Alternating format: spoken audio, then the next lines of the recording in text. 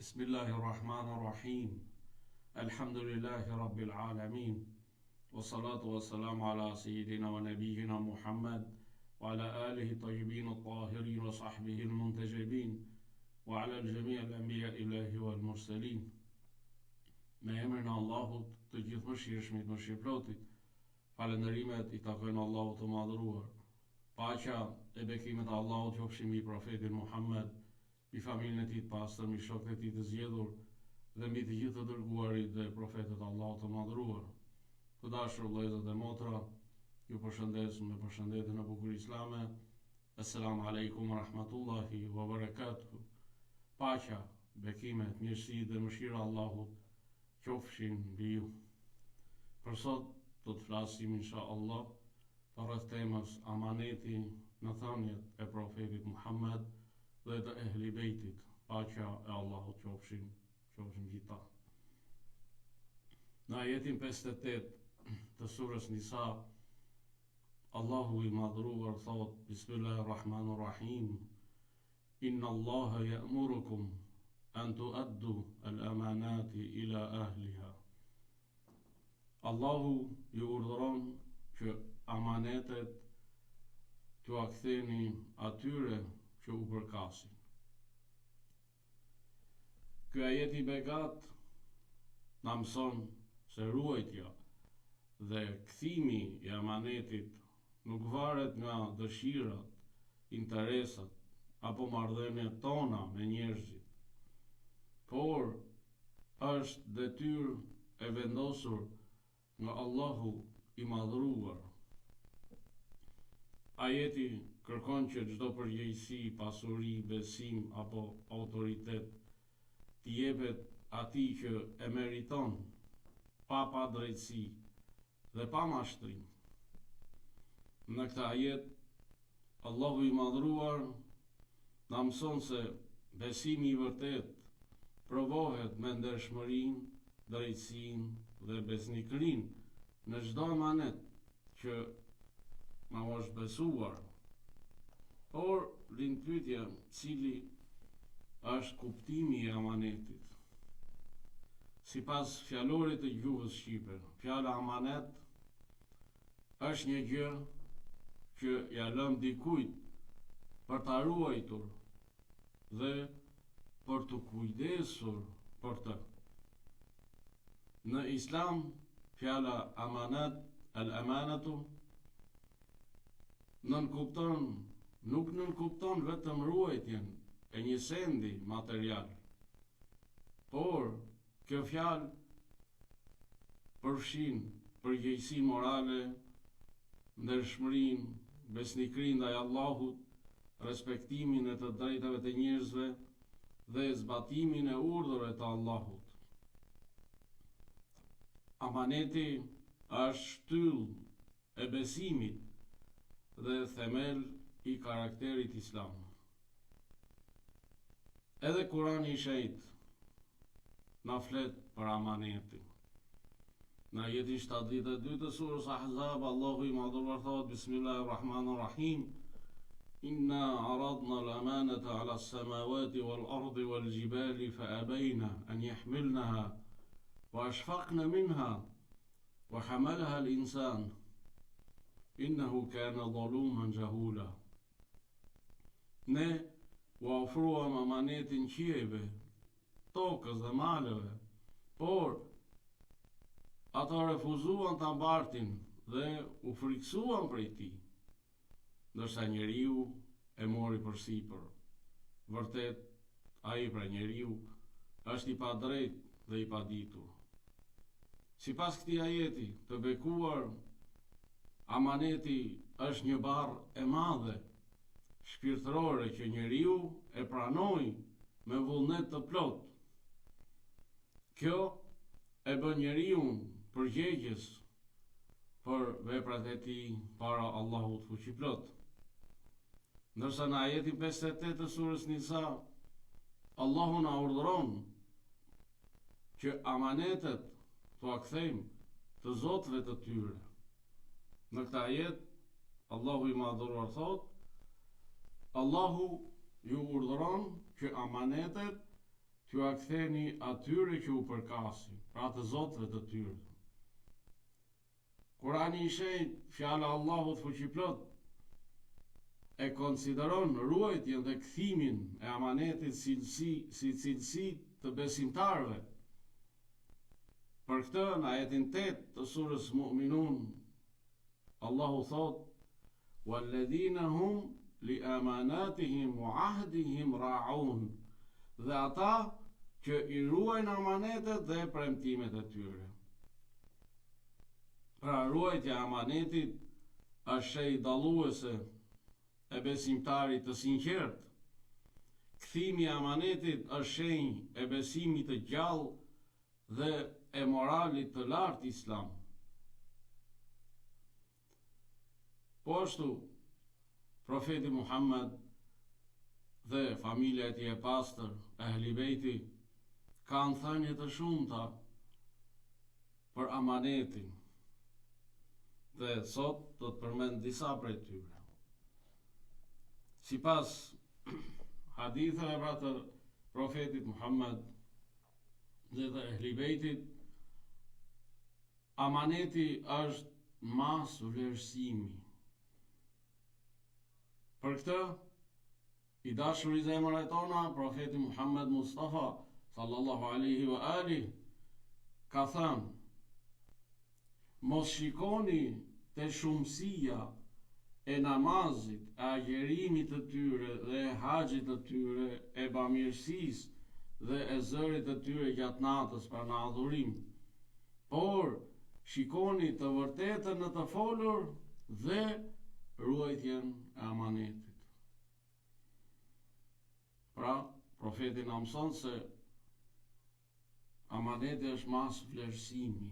Pra nëse do të di se një njeri është i sinqert, është besimtar, është i devotshëm, atëherë shikoje tek ruajtja e amanetit dhe jo te namazet e shumta, agjerimi i shumta, pa haxhi i shumta, pa mirësia e shumta, pa adhurimet e shumta gjatë natës. Por, thot profeti, shikoje tek thënia e të vërtetës dhe tek ruajtja e amanetit. Amaneti është më e mira e besimit. Prisi besimtarve Imam Aliu a.s. ka thënë: "Më e mira e besimit është amaneti, dhe më i shëmtuari i moralit është tradhtia", pra tradhtia e amanetit. Amaneti është i detyrueshëm në çdo rast, në çdo kohë. Dhe për këtë, Imam Sadiku paqja qoftë mbi të ka thënë: "Nëse ai që e ka goditur me shpatë Imam Aliun paqja qoftë mbi të dhe e ka luftuar atë, do të më kishte besuar një amanet, do të më kërkonte këshill dhe udhëzim, dhe unë e pranoj këtë, unë do t'ja dorëzoja atij amanetin." Këtë na mëson Ehli Bejti i pastër i profetit Muhammed. Edhe nëse armiku të lë besim një amanet, duhet t'ja kthesh. Imam Sadiku thot, sikur edhe vrasi Imam Aliut të më lindte për amanet, do t'ja kthej atij. Këtë na mëson feja e pastër islame. Sepse mësimet e Ehli Bejtit janë mësimet e profetit. Dhe mësimet e profetit janë mësimet e Allahut, janë mësimet e Kuranit, janë mësimet e fesë së pastër islame, me të cilën Allahu i përmbylli të gjitha fetë qellore. Nuk ka besim pa amanet. Profeti Muhammed sallallahu alaihi wa ali ka thënë: "Nuk ka besim ai që nuk ka amanet." Pra, ai njeri i cili nuk e ruan amanetin, nuk e kthen tek të zotët e tij, edhe nëse pretendon se është besimtar, ai nuk është besimtar, ai nuk ka besim në zemrën e tij. Amaneti është i lidhur me të vërtetën. Për këtë Imam Aliu, paqja qoftë mbi të, ka thënë: "Amaneti çon drejt të vërtetës." Në një thënie tjetër, Imam Aliu, paqja qoftë mbi të, na thot, amaneti sjell rrezikun, kurse tradhtia sjell varfërinë. Pra, ai njeri pra që e ruan dhe e përçon, ja kthen amanetin tjetrit, ai njeri furnizohet me bollëk. Ndërsa ai që e tradhton amanetin, ai shkon drejt varfërisë. Ruajtja e amanetit të shpëton në jetën tjetër. Për këtë Lukmani Urt, paqja qoftë mbi të, i ka thënë djalit të tij: O birim, ruaje amanetin që të shpëtosh në këtë botë dhe në botën tjetër.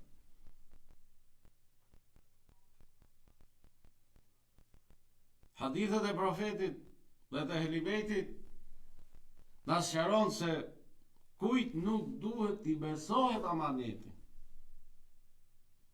Për këtë profeti Muhammed sallallahu alaihi wa ali ka thënë: kush e beson një amanet dikujt që nuk është i besueshëm, nuk ka mbrojtje nga Allahu, sepse ai pra Allahu e ka ndaluar ta besosh atë. Pra nëse e lë një amanet dikujt që nuk është i besueshëm, pra nuk ka mbrojtje nga Allahu. Pra nga për këtë amanet që ka lënë, sepse Allahu e ka ndaluar ta besosh amanetit të dikush që nuk është i besueshëm. Në Islam, amaneti ka disa forma. Dhe ai përfshin së pari amanetin ndaj fesë. Ky amanet përfshin zbatimin e urdhave të Allahut. Së dyti, amanetin ndaj dijes. Duhet që dija nuk duhet të përdoret në dëm të njerëzimit, por dija duhet të përdoret në të mirë të njerëzimit. Së treti, amanetin ndaj pasurisë. Ky lloj amaneti përfshin ndershmërinë në punë dhe në tregti, pra pasurinë ta grumbullosh me ndershmëri. Së katërti, amaneti ndaj përgjegjësisë. Ky lloj amaneti përfshin drejtësinë në poste dhe në autoritet. Pra, cilido që i besohet një post drejtimi, duhet të di se ai post është amanet dhe jo pronë private, dhe të veproj me atë post sipas dëshirave dhe tekave të tij. Amaneti ndaj familjes. Ky amanet përfshin edukimin e fëmijëve dhe drejtësinë ndaj bashkëshortit dhe apo bashkëshortes. Lloji i gjashtë është amaneti ndaj vetes. Ky amanet përfshin ruajtjen e gjymtyrëve, të shqisave, të syrit, të veshit, të gjuhës, nga mëkatet. I gjithë trupi është amanet, prandaj duhet të ruhet. Së shtati përfshin amanetin ndaj njerëzve. Ky amanet përfshin pra kthimin e amaneteve tek njerëzit, ruajtjen e sekreteve, sinqeritetin në të folur me njerëzit, përmbushjen e premtimeve dhe të përpikmërisë në punë, sepse edhe puna që të jepet është një amanet.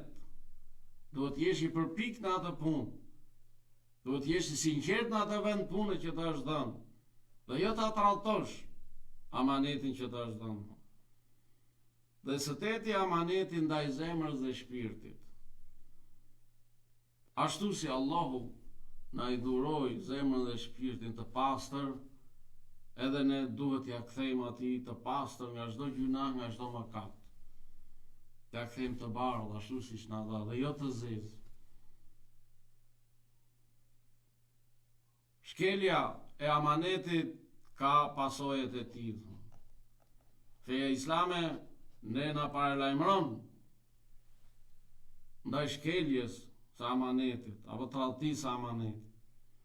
Sipas haditheve të profetit Muhammed dhe të ehlibejtit të pastër, paqja qoftë mbi ta, prej pasojave të shkeljes dhe tradhtisë së amanetit janë shkatërimi i besimit, humbje morale dhe shoqërore, çon në hipokrizi dhe çon në llogari të rëndë në ditën